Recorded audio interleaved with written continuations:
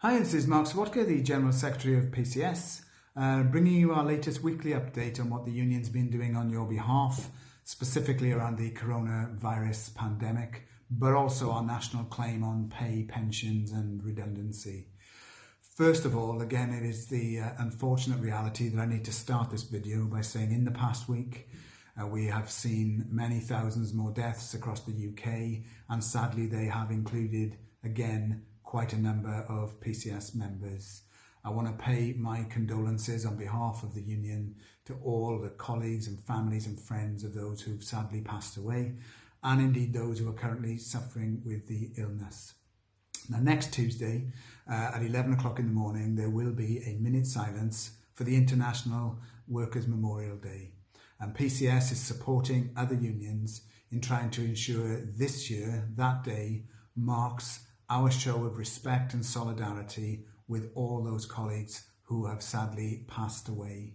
That includes many frontline public sector workers, including our members. So can I urge you next Tuesday morning at 11 o'clock to participate in that minute silence, and all of our branches have been issued advice as to how we can support local initiatives on the day next week. Now, two big things have happened in the last week. Your National Executive Committee has met to consider the situation, and we've held a Facebook Live event where we have updated members on what's happening, including the many significant gains that we have already made on your behalf.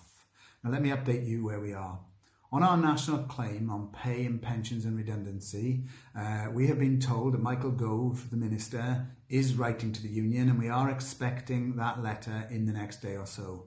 So next week, the Executive will again meet, and we will let you know what the response is from the Minister and how we intend to proceed. But the other main thing we've dealt with since I last did a video for you is the developing situation where more and more of our employers seem like they're moving to get people who are currently at home back into the workplace.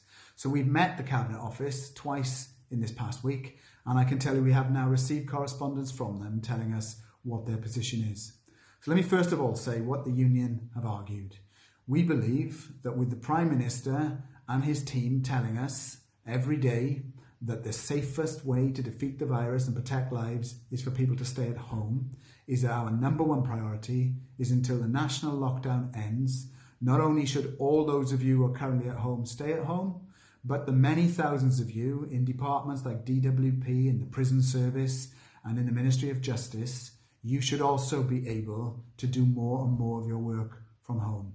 So I'm pleased to say that some employers like DWP are significantly purchasing tens of thousands of pieces of IT kit that will mean more and more of you will be able to get home in the weeks to come. And that is ultimately what we want to achieve. People at home staying at home, and those not yet in that position being able to do so. So the Cabinet Office have written and have given us some welcome assurances. They've told us there is no shift in direction of central policy. They are still encouraging people where they can to work from home, and they will consult the union in all cases where that position looks likely to change. That's a welcome assurance that we will discuss next week. But they have also told us that there are some places where that is not the case. And the passport offices is currently the major one we're dealing with, but we know also in DFT, in the prison service and elsewhere, that pressure is beginning to increase. So the union is ensuring that we're able to deal with that. So I can tell you now that in the passport offices, where this will happen first, we have written to every member today. We have got services open over the weekend that ensures any member getting told they have to go to work is getting individual legal advice from the union and is able to contact us over the weekend to ensure that everybody knows their rights.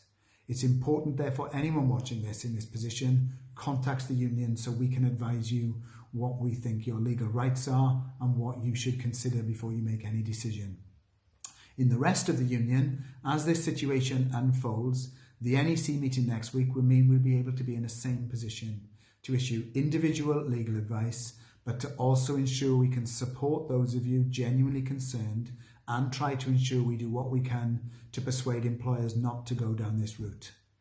All of this tells us that keeping in touch with your union rep, Contacting our coronavirus helpline is the best way of ensuring that whatever concerns you have, the union can get on the case and try and sort them out for you. So let me finish by hoping you keep safe and keep well. The way you're at home, I hope you continue to stay at home. Where you feel you are getting pressured to go back into work, you contact us before you make any decision. Next week, when we've had a further meeting with the Cabinet Office and the NEC has met, we will issue further advice and guidance. Thanks for watching. Remember, if you're in PCS, contact us if you've got any worries. But if you know anyone who is yet to join, encourage them to be in our union. We've achieved so much so far, but there's so much more to do. Stick with PCS, join PCS, and together we can all help be safer. Thanks very much.